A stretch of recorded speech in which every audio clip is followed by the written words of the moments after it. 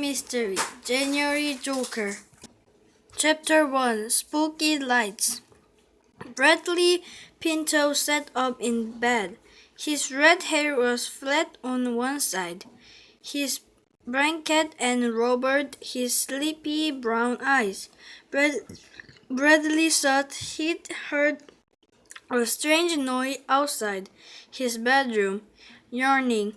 He climbed out of bed. He tiptoed by his twin brother's bed. He stepped over the two lumpy sleeping bags on the floor. Bradley put his ear to the door. No noise. He opened the door. Nothing out there.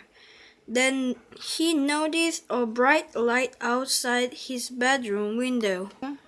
"Oh my gosh!" he said. Bradley ran to his brother's bed. "Hey Brian, wake up!" Bradley whispered. "Ugh," Bradley mumbled. Bradley poked Brian's leg. "Bree, wake up! There are weird lights in the backyard." A sleeping bag sat up. Inside it was Nate Holloway, one of the Bradley's best friends. Let me see," Nate said. He crawled out of his bag.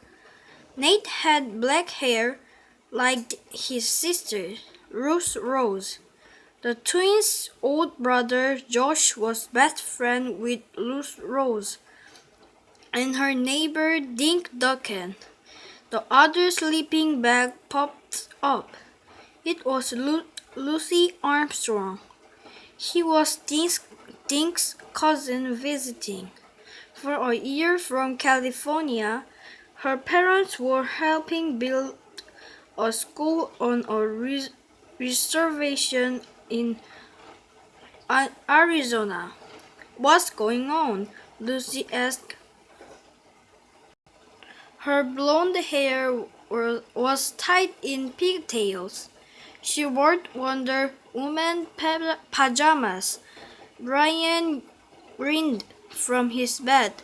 "Bradley is having a dream," he said. "I am not," Bradley said. "There's something out there, and I'm going to see what it is."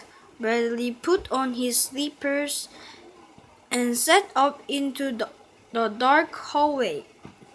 "Wait for us," Nate said behind me. The four kids tiptoed through the house and down into the kitchen. Bradley pulled open the back door.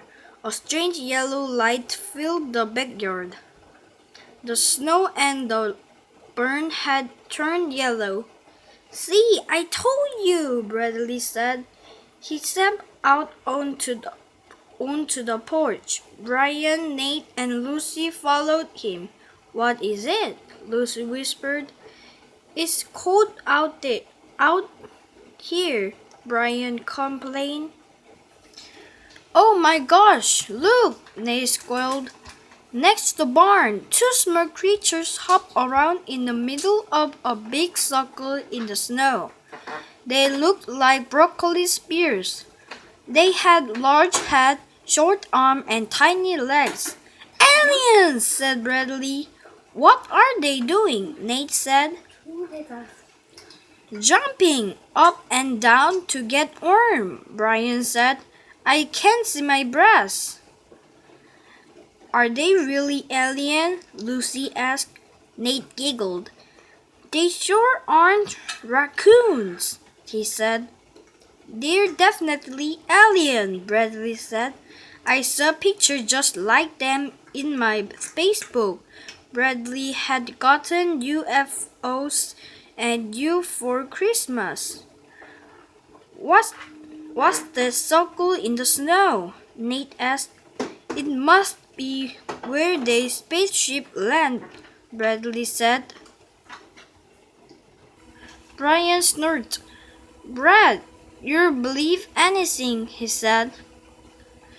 "Well, what do you think there are?" Bradley asked. "I think Nate is pulling another practical joke," Brian said. Me? Nate squeaked. Yeah, you, Lucy said. Like last week when you sent Dink, Josh, and Ruth Rose postcards telling them they'd won $1 million. Nate giggled. Boy, they were mad when they found out it wasn't true, he said. All four kids laughed. So how did you do it? Brian asked Nate. How'd you make those two little guys and the circle in the snow and that yellow lights?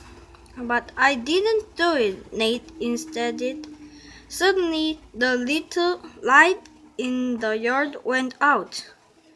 The two creatures disappeared in the darkness. There were just a dark barn and the moon on the snow. Where did they go? Bradley asked. Asked Nate, Brian said. He turned around and went back inside.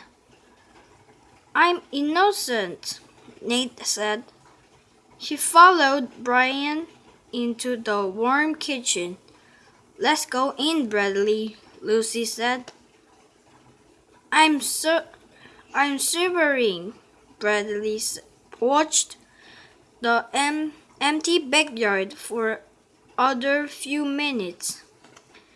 He didn't see the light or the aliens again. Come back, he whispered. Please come back.